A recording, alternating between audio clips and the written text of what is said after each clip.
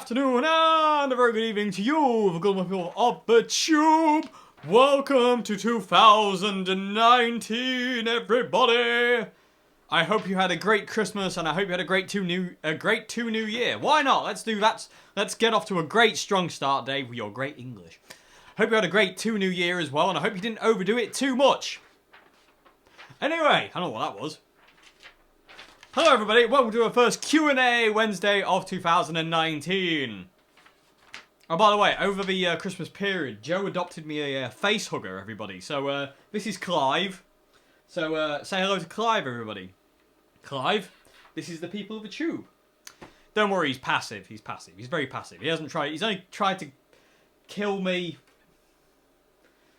about 60 times. But, you know, he's okay at this point in time. He's okay. He'll behave for the moment. But, you know, you have to keep putting him in his place. Anyway, enough jabbering about Clive, the facehugger. Let's move on to question 1 today of the first Q&A of 2019. So, question 1. Question 1 is, we all love John Frusciante's ability to improvise, but how much credit should be given to Flea and Chad? As much. Without Flea and Chad, and the thing about Flea and Chad is they react to John as well. The three of them are an amazing unit. If you watch them doing, like, you know, scar tissue solos and all sorts of other stuff, and when they jam, they all play off each other. But, you know, there's nobody trying to outplay anybody. Flea's not trying to outplay John. John's not trying to outplay Chad, and so on and so forth. No one's trying to outplay anybody. They're just playing off each other. You know, they're all kind of I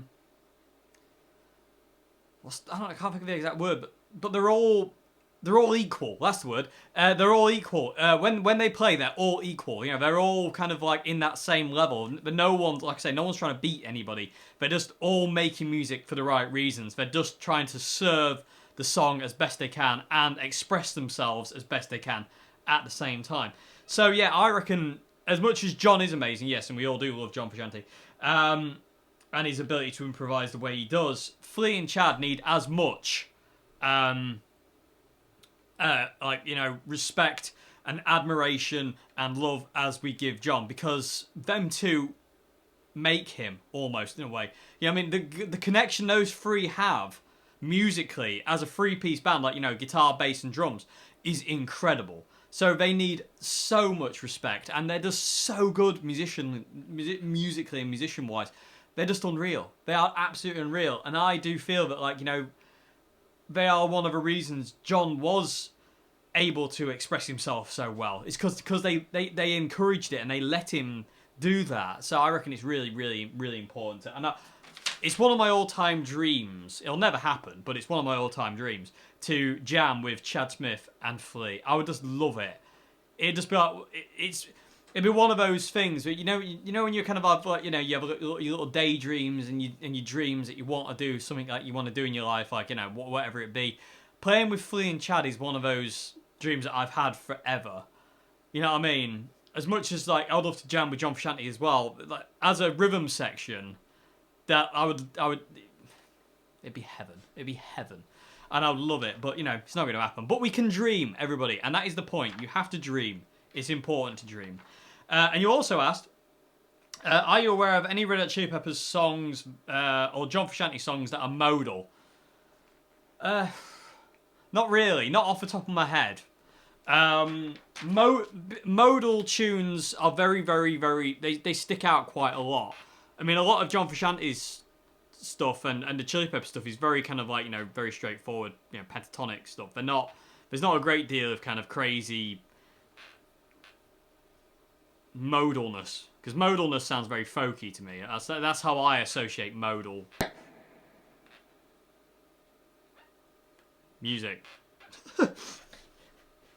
My amp just popped. Is it still working? Yeah. Okay. I'm on the soundscape patch, everybody, which is why it's so epic sounding.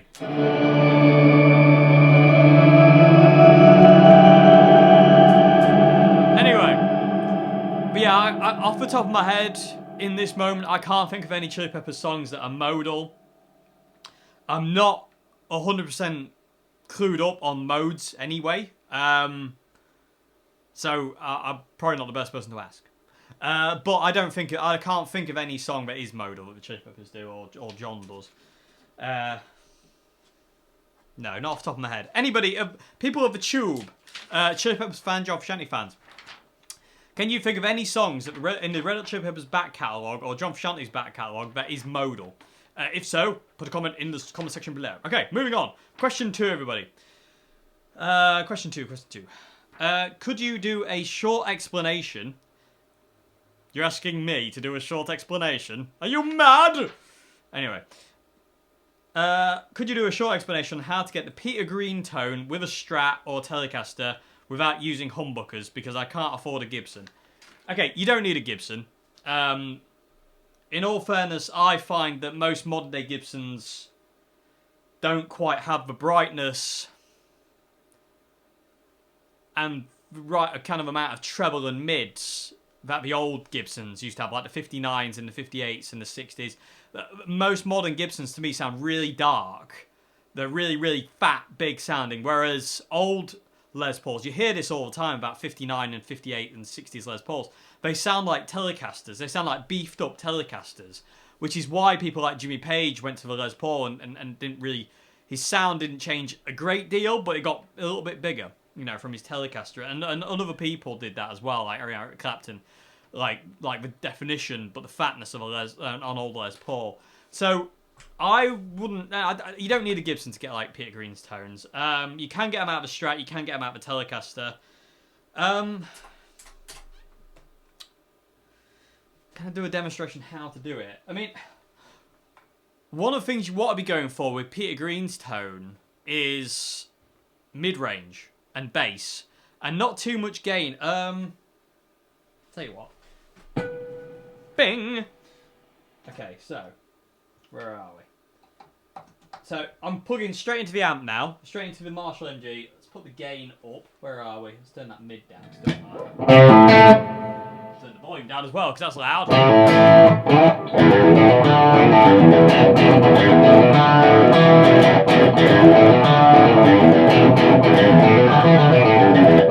It's not quite enough gain. A little bit clean. That's more like it. Okay, so it's a lot of mid-range, but it's not really trebly. It's a lot of kind of bark. And again, it comes from a Les Paul, especially an old Les Paul. They've got this kind of bark to them that's really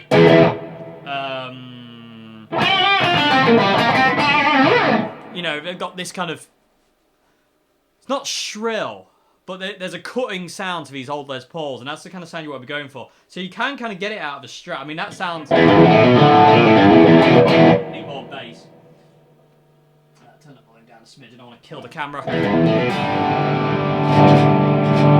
Scratchy pop.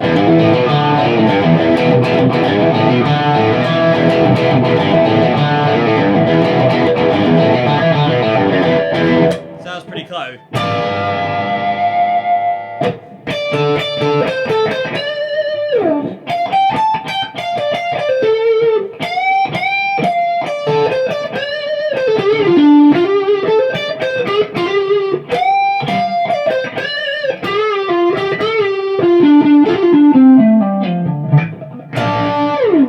Neck pickup as well.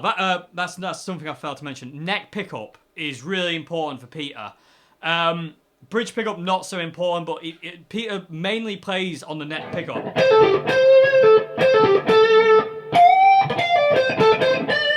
It just gives him that warmer sound. Stuff like Oh Well and Green Manalishi are bridge pickup, you know.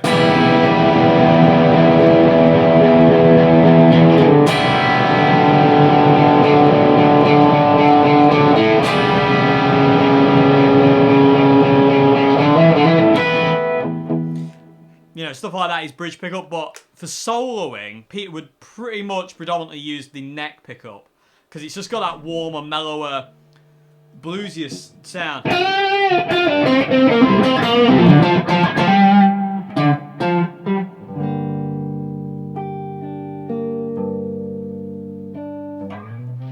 Oh, and a fair bit of reverb.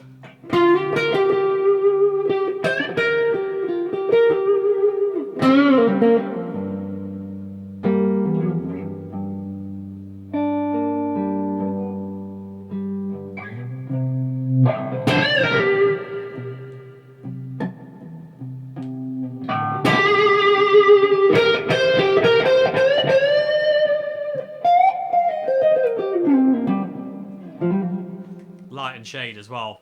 Loud, quiet, feel. But yeah, the tone, you can kind of get it with a Strat. I mean, that's pretty, it's not a million miles off. I mean, it's not 100%, but you're never going to be 100% anyway, because sadly we're not Peter Green. We can't do that kind of thing. But, you know, that's a pretty close approximation to that kind of...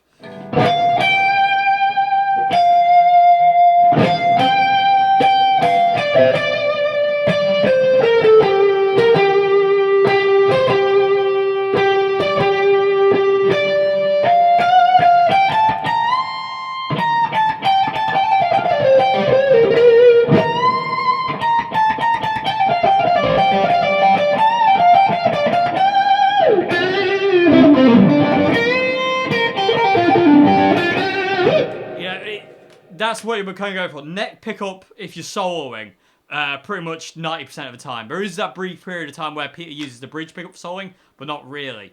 And obviously the weird kind of out of phase that tone that he had. But lay off the treble. Careful with your mids. Especially if you've got humbuck. Oh, this isn't about humbuckers, Dave. Didn't you read the question, boy? Yeah, but if you have got a Les Paul, way off the mids a bit as well. You want it to cut.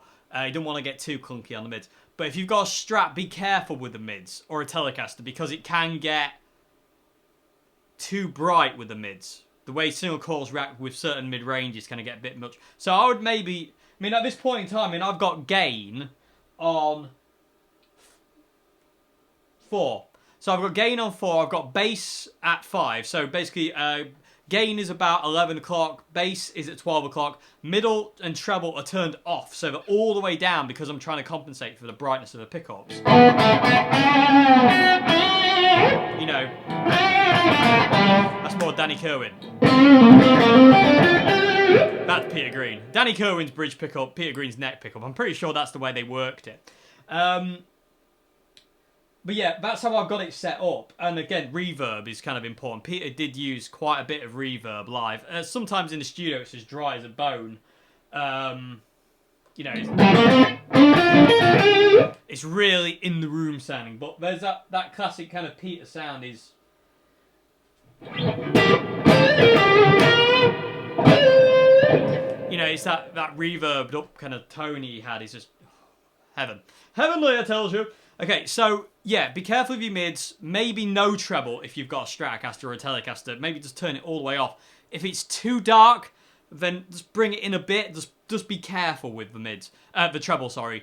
And also careful with the mids, but not so much. And then get the bass kind of quite high and get the gain so it's kind of just giving you enough. So when you palm mute, it's still fairly clean. And you still hear all the strings, but there's yeah, there's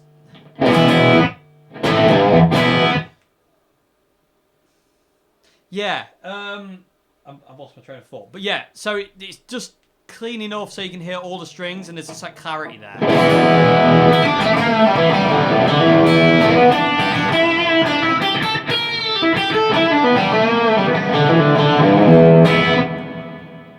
Hope that makes sense. So yeah,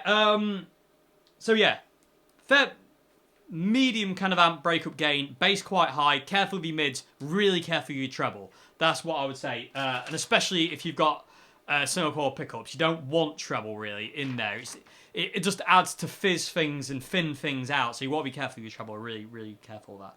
Okay, so like I say, Gibson, you don't need a Gibson. It's not the most important thing in the world to have a Gibson name on the headstock of a guitar. I personally, out of all the Gibson Les Pauls I've ever played in my life, and I've been lucky enough to play some amazing ones, my vintage Lemon Drop still trumps most of them.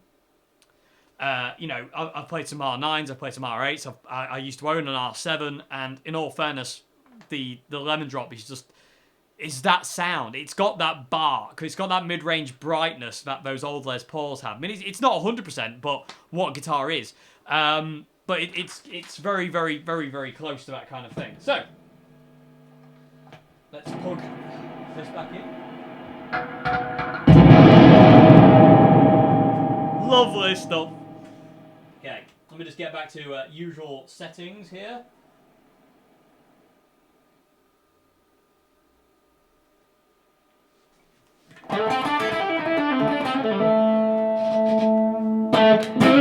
Okay, so I hope that's answered your question. It is possible. Like I say, it's never going to be 100%. So just be prepared to compromise. But you can get close. Okay, so moving on. Question 3 now, everybody. That was not a short explanation, was it? Okay, so question 3. What do you think to the Yamaha THR mini amps? I have never tried one. I've watched a lot of videos on them, and they seem really, really cool. So hopefully at some point I can get my dirty little mitts on one. But I don't want to comment too much at this point in time because I haven't tried one. I don't know offhand. But they look cool. They sound cool. So, but again, that's only me looking at it from a outsider's perspective, having never tried one. But yeah, I don't know. People of the tube, do you have a Yamaha THR? And what do you think of it? Is it good? Is it bad? Is it okay? Let me know. Comment section below. But so I don't want to comment too much on that at this point in time because I haven't tried one myself. So yeah, I don't want to comment too much on that. Okay, so you also asked, question 3 is, what amp can you recommend for bedroom amp? I can't even read my own writing. What can you recommend as a bedroom amp for low volume? See, I got there in the end. Well done, Dave. Pat on the back. Okay, so yeah, what amp can you recommend for a bedroom amp, basically, for low volume? I would recommend the Boss Katana 50. It's just... I just cannot speak highly enough of the Boss Katana 50. I really can't. It's just one of those stunning little amps that it's just like, Boss have nailed that amp. Absolutely nailed it. It's just unreal. So that's what I'd recommend, just full stop.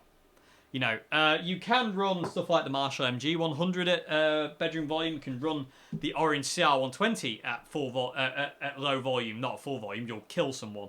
But you can run a CR120 for a 412 at bedroom volume and still get a great tone.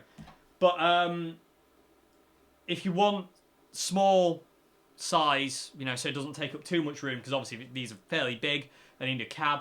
If you want small size, Boss Katana 50, you just can't go wrong. And by the way, everybody, I re-Tolexed the front of my Orange because the writing was getting ugly, so I re-Tolexed it because it got on my nerves. So it now looks all nice again.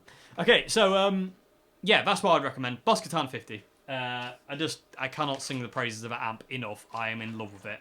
Ever since I got mine, I am just enamored with it. It's right up there with my favourite amps of all time now, next to the MG, next to the CR, next to the PV Bandit Red Stripe. It's one of my all-time favourite amps. It's just one of those stunning things. So yeah, I'd recommend the Boss Katana 50 any day of the week. Or the 100, because they've got the power scaling thing. Okay. Oh, look, there goes another hair. Oh, another one. I live a stressful life, you see. My hair's always falling out. I used to have lots of hair. No, I didn't. Yeah, I did. What am I about? Shut up! God, I don't know. Moving on, question 4, everybody. He's mad. Why are you talking about yourself like in the third person, Dave? I don't know, Dave. Why don't you tell me? I don't know, Dave. Why don't you talk to yourself? There's an argument going on between me. Question 4. I am a full-time student and have very little free time to practice, and I feel like I'm not progressing. How do I stay motivated, and do you have any tips for people like me who only have an hour a day to practice? You've got an hour. That's enough. 5 minutes a day is enough to just sit down and play a song or learn a song. Or learn a bit of a song, depending on where you are in the spectrum of learning. An hour is a long time to learn and practice on guitar. As for feel like you're not progressing, that can depend on a couple of different kind of variable things. Like, are you playing the same thing over and over again? Are you just playing the same style over and over again? Are you playing the same scale and lick over and over again? Are you looking to expand on that, or are you just kind of like sticking in one place? Because normally when you stick in one place, you kind of like dig a rut out for yourself, and once you start digging that rut out, you just get stuck in it, and then you're stuck in a rut. To quote The Darkness, for eternity, and he fell over. Okay, So yeah, what you want to be kind of just looking at different styles of music, learning different things, different techniques, theory, looking to theory, practicing with metronomes maybe is another thing. Kind of like, you know, just kind of like playing chord progressions along to a metronome, like a tick tick tick tick. You know, just something like that. Do you kind of you know, just something like that would do your work good. Playing along to records though, like I always say, is paramount in my opinion to excelling as a guitarist and as a musician. Full stop. Because you actually get to play along with other musicians. You know, fair enough. It's kind of like, you know, you kind of like it's vicarious in a way, but it's good for you in my opinion. I personally believe that playing along to your favorite songs, your favorite bands, albums, front to back, learning all the songs you want to learn on that on their album, if not all the songs, is paramount. And most albums last about 40 to 50 minutes. So if you've got an hour to practice, stick your favorite album in, learn as many songs as you can, and just go through them, be it whatever. You know, and also, like I say, branch out into different styles. Learn something like a reggae tune, or kind of like something you wouldn't necessarily learn. Like, I don't know, if you're a big heavy rock, like, you know, if you play metal all the time, learn a blues song, learn a B.B. King solo. And if you're kind of like, you know, if you're a blues guitarist, learn like AC/DC. You know what I mean? Just something like that. Just branch out. And because the more you branch out and the more you expand your horizons and you kind of like your palette of styles, you'll progress more because you take a bit from every style and then you develop your own style. And you take a bit from your heroes. So learn your heroes' you know, you learn your heroes' guitar solos and then nick your favorite parts. You know, whether it be kind of like a slash kind of lick like that, or you know, or something else. You know, like a Jimi Hendrix thing like that. And just start incorporating these things, like really think about incorporating them, because once you start thinking about incorporating them, eventually they'll become second nature, and then you'll be feeling them instead of thinking them, and it just becomes you, if that makes any sense. So if you've got an hour to practice, that's more than enough time to start progressing, but you have to expand yourself in either theory, in theory definitely, in styles definitely, you know, in what you can play definitely, different tunings, you know, look into different tunings, open tunings, looking into slide playing, looking into different effects, pedal-wise, different amp settings, play around with everything you've got to just find something that goes, ooh, I like that, I really like that. You know, just find those things that inspire you. Don't just kind of like plug into your amp with the setting you've got all the time and the pedals you've got all the time and just turn them all on to what you normally do and then go like this, because it might get to the point where you are like, this is boring. I'm just doing the same thing over and over again. Look for something different. Look for, like, you know, like recently I've been loving a phaser for doing those kind of.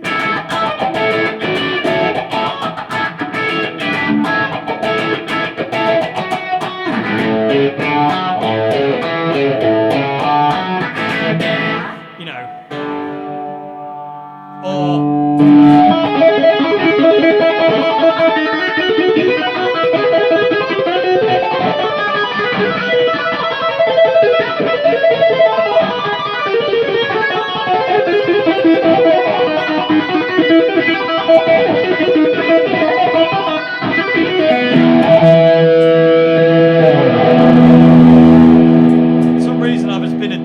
Phaser recently, and I'm using the Line 6 HX today, everybody, which is why I've got the phaser. But yeah, just experiment, just play around. Something will inspire you. Something will trigger something else, and away you'll go. But I say branching out in all those ways is really, really important. It really is. I can't recommend playing along to records enough. I can't recommend learning different styles enough. One of the coolest things I ever learned was Steer It Up by Bob Marley, and learning just to play Bob's part, not lead. Not anything fancy, just that.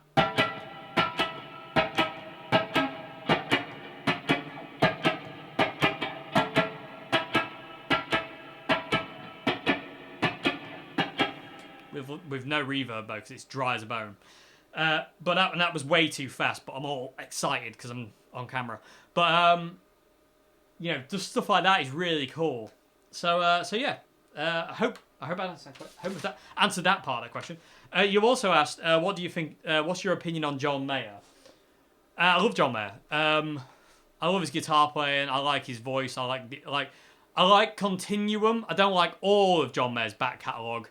I'm not really a fan of what he's been doing recently. I love Continuum. Continuum seems to be that album where people kind of behind him said, you can do what you want. And Continuum came out of him doing what he wants, instead of maybe having a record company breathing down his neck going, we want another room for squares or whatever. You know what I mean?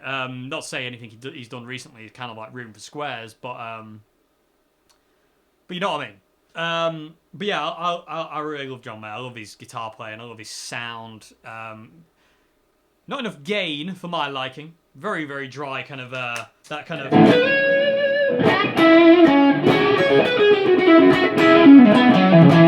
You know, very tube screamery kind of tone. But, yeah. I mean, it's hard not to like his guitar playing as a guitarist. It really is, because he's very tasteful guitarist. He's got a great tone. He's got a great feel. He's got a great sense of groove and that kind of thing. So yeah, I mean, I really like John. I think he's great. But I don't like some of his poppy stuff. Your Body is a Wonderland, no. But yeah, stuff like that I don't like. But Continuum, more stuff like, you know, and the John Mayer trio and stuff like that. Yes, definitely. Losing my voice. That's not good. Okay, so moving on to question 5 now, everybody. Question 5 is, what do you think to the new Boss Nextone amps, and if you would like to try them? Yes, the Boss Nextone amps look immense. Not only do they look like a blues breaker, which is one of the coolest looking amps in the world, I think the blues breaker is, next to the Plexi, is probably one of the most stylish looking amplifiers ever. There's just something about it. I don't know what it is. I know they're dead iconic, the whole blues breaker and the Plexi look, and you know, even the orange heads are dead iconic looking. But there's just something very, very stylish about that look, and the Nextone amp has that look. It's really just very classic, you know, very iconic looking look to it. It's very, very cool looking, really awesome. Yeah, I would love to try a Nextone amp. I actually contacted Boss and said, would it be possible to get hold of one just for review, not, you know, not to keep, not to kind of like this that and the other, just to review, because the Nextone amps are way too expensive for me to buy. They're well out of my budget. My budget at full tilt all the time is 200 quid. That's as far as I can go with my budget, full stop. So anything above 200 quid is well out of my range, and the Nextone amps are above that, way above that. So Nextone was well out of my range to buy. I don't know anybody who's got one I can borrow. So I contacted Boss. I thought, you know, I've never contacted a company really like that before. Just to ask, you know, would it be possible for me to get hold of one for my YouTube channel to demo? I've never done that before, and it was a bit weird and a bit uncomfortable, and I'm not very good at I'm not very confident in that way. So I thought what I'd do is I thought I would tag my Boss Katana video, and, you know, maybe they can watch that and think, you know, is it worth it or not? So I contacted Boss, and they very kindly and very promptly emailed me back very quickly. But it was to a resounding no, too bad. So I was like, okay, fine. But at least I tried. You know, I did try to get hold of an Nextone amp from them, but they said that basically what they said is no, if you want one, you have to buy one. You know, it's as simple as that, which felt very. You know, I understand it totally. I understand it really. I really do. But it felt a bit. I did feel dejected after it. It was a bit kind of like, you know, I'm always pugging the Katana and like, you know, Boss pedals and this, that, and the other. And I thought that's the problem. I thought you should never think that, you know, people are gonna, you know, companies like that will do anything. You know, you just got to kind of like go with it. But like I said, I did ask. I did try to get hold of one, but sadly it's not to be. Maybe one day when I go to a guitar shop somewhere, there might be one I can try and get an opinion on. And hopefully maybe I might have a camera with me, which would be great, because then I could just, like, you know, secretly film it. or get it on a phone camera or something. But yeah, they look amazing. I love the idea of what they've done with it. I've not been a Valve guy. I'm not really that bothered about that, but it's still cool to have different sounds. You know what I mean? I like the concept of it, and I love the way it looks. It's stunning. I just love the way it looks. It's amazing. Okay, so yeah, hopefully in the future I'll get to try Nextone, but at this point in time, it's not really on the cards, sadly. But yeah, so, but, yeah, I did try, but, yeah. Yeah, well, if you don't try, and if you don't try and you don't fail, you don't learn. And that's really important. And that works for guitar as well. If you try something and you fail at it, then every time you fail, you get better at something. I'm not saying I'm going to get better at talking to people, because that's never going to happen. I'm useless at talking to people. But anyway, that went into a totally different tangent. But that's what we're here for. Or is that what I'm here? I don't know. But yeah, maybe one day I'd like to try. Maybe one day I'll get to try a Nextone amp. I would love to try one. They look so cool as well. So yeah, moving along, everybody. Final question of the day. Question 6. Okay. I have tried to get a fat Les Paul tone out of my current setup, but I'm having no joy. I have an Epiphone Les Paul and a Blackstar H1R amp. Could you recommend a suitable amp and recommend some settings? Okay. More suitable amps to get a fat Les Paul tone. You mentioned Peter Green as well. You mentioned Albatross. So, Blackstar, in my opinion, I am not a Blackstar fan in any way, shape, or form. I have tried so many Blackstar amps, and I have never liked a single one. The only one I've ever liked is the Fly. And even then, I found that bright, but I did like the tonality of the Fly was really, really nice. But all the other Blackstar amps I've tried just do not have the sound that's in my head at all. I've tried so many of them, from the solid states to even the Valve ones, and the big 100-watt ones and the big 200-watt ones, and I've never found one that I like. There is just nothing in a Blackstar amp for me. I don't know why. I just find them way too bright and fizzy and modern. They don't quite have that classic old mid-rangey tone that I love. So an amp I would recommend. Let's wind up the broken record. Hang on a minute. It's going to take a bit going. There we go. Okay, so the amp I would recommend is the Boss Katana 50. I bet you didn't see that one coming, did you? No, that is seriously though. It really is. If you're after a small amp, small footprint, for low volume, or even for loud volume, and I gig mine constantly without miking it up, and I've only ever got it to free. I got it to free at the last gig I did of the year. The last gig of 2018 I did was in a pub, and I had it on free, and it was just deafening. I was stood next to it. It was here all night, and the next day my right ear, even though I had earplugs, was still duller than my left, so I was off balance. But they are just stunning amps. And again, with the power scaling thing and the built-in effects and just all the modes, just stunning. Absolutely stunning amplifier. So yeah, I would recommend the Boss Katana 50. You'll get a more of... you can still do what the Blackstar does with the Boss Katana. You can still get that kind of bright, kind of like top end. But you can also get the darkness that you need to do stuff like Peter Green and Albatross and all that kind of like blues kind of stuff. You can get that out of the Katana. Whereas I've always struggled with Blackstar to get like a nice kind of warm tone. They always seem quite harsh. And I spoke to my friend Ian, who's a really awesome guitarist, and I'm going to take you to meet him soon because he's easily the best guitarist I know. He's just, his feel, the way he plays, the way he phrases things, just his tone is amazing. So I'll take you to meet him very soon. We've spoke about this, and we're going to do a video at his house in his studio, home studio. So and I'll get him to explain about himself and whatnot when we do that video. But that'll be coming soon, hopefully this month. But we spoke at length. I spoke at length for him with it, and they're like Mesa Boogies to me as well, and we spoke about Mesa Boogies and how we don't really get on with Mesa Boogie as well. So I'd recommend Boss Katana 50. Failing that, there's the Orange CR60 or the Orange CR35 RT. The Orange 35 RT is a great little amp. It's stunning. It's really, really cool amp, and you can do so much with the 35. It's so versatile. It's such a little versatile amp.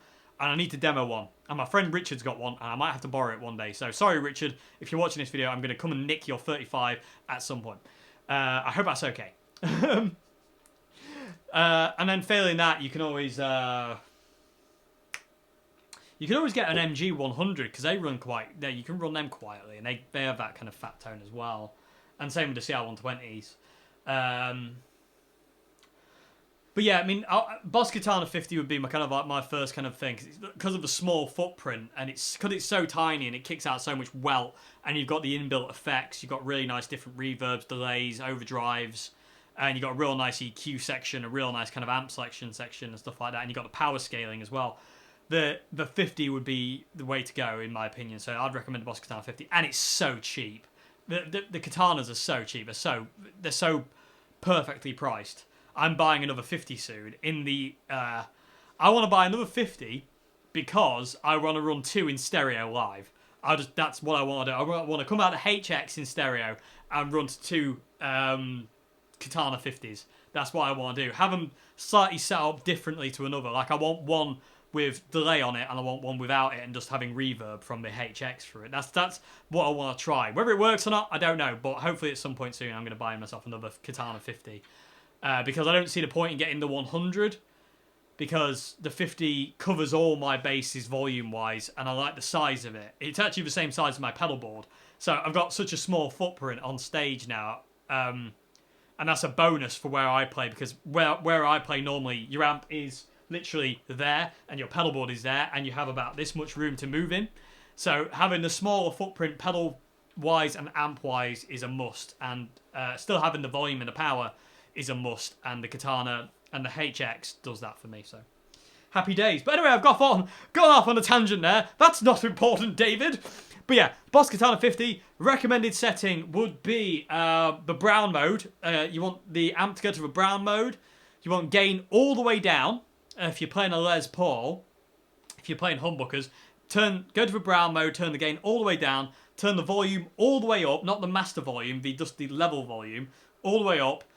I would put bass at 9 o'clock if I had a Les Paul. So bass at 9 o'clock. I would then have treble and middle. I bet you can't guess what I'm going to say. What's that, sorry? Yes, exactly. I would have I'd have treble and middle, at 0. I would just turn them down all the way. Granted, with a Les Paul, especially an Epi, you might have to turn the mids up. So just bear that in mind, but don't touch the treble. So, let's just recap. Brown mode, gain all the way down, volume all the way up, bass at 9 o'clock, middle would want to be somewhere between 0 all the way off and 9 o'clock. So somewhere in that kind of range. You'll have to tweak and tweeze. Treble I would have all the way off. Then I would have reverb on the red setting somewhere between 9 o'clock and 12 o'clock, depending on what I was playing. And then I would just, run the master to suit where I was. So that would be my recommended setting. And then if I wanted a bit more overdrive, I would just turn the gain up on the far side after the kind of like the amp selection setting. I just have the gain at 9 o'clock or 10 o'clock, depending on what I wanted to play, just to kind of give it a bit more grit and bite. But with humbuckers, you don't need the gain super high because you're getting to saturation territory where it's like really overdriven. I mean, if you want to do Gary Moore, turn the gain all the way up. But if you want to kind of do that Peter Greeny thing, you want the gain around 9 o'clock, 10 o'clock. Maybe not 10, but you never, depending on how powerful your humbuckers are. Anyway. Is there anything else? But no, that'd be my recommended setting for the Boss Katana. It's one I use all the time. I had a big obsession for a long time with the lead setting. And then I did my John Frusciante's tone out of the Boss Katana. And I went to the brown mode, and I did a comparison before I did the video between the lead and the brown mode with a couple of different sounds, and just listened back to them. And I just found I preferred the brown mode, so I've stuck to the brown mode ever since, and it's kind of like become my kind of go-to kind of favourite sound now. So yeah, that's what I'd recommend. Boss Katana 50 with those settings, with your Les Paul. I would recommend that definitely. And neck pickup, if you're doing Albatross, go to that neck pickup. You need that. Oh, not with a tube screen roll. want that. No, that warm sound. It doesn't want to be. It doesn't want to be that bridge pickup cutting sound. It wants to be a warmer, mellower tone. And you might even want to roll your tone off a smidge on your guitar. Okay, I don't know why I did that, but anyway. Yeah. Okay. Are we there? Good, great. That was quick. I felt quick. How long was that? 40 minutes. That wasn't quick, Dave. Okay. Okay, everybody. I really hope I've answered your questions okay today. I hope it's been informative Q&A. First Q&A of 2019, everybody. I've missed doing videos over the last week, I can tell you that. It's great, feels great. I'm dead hyper today, so I probably spoke really fast. So I do apologise if I've just rambled, but I'm doing it now, but that's okay. Hopefully you understand. And yes, thank you very much indeed for watching, everybody. I will see you again on Friday for another video. I'm not going to tell you what it is. It's not overly, well, it is special, but it's just something I want to do. So yeah, I'll see you again on Friday for another vid, everybody. I hope you have a great morning, afternoon, evening. Like I say, I really hope I've answered your questions okay. I hope there's something in there you can take away and it's been informative. Like I say, if not, foam batons on standby.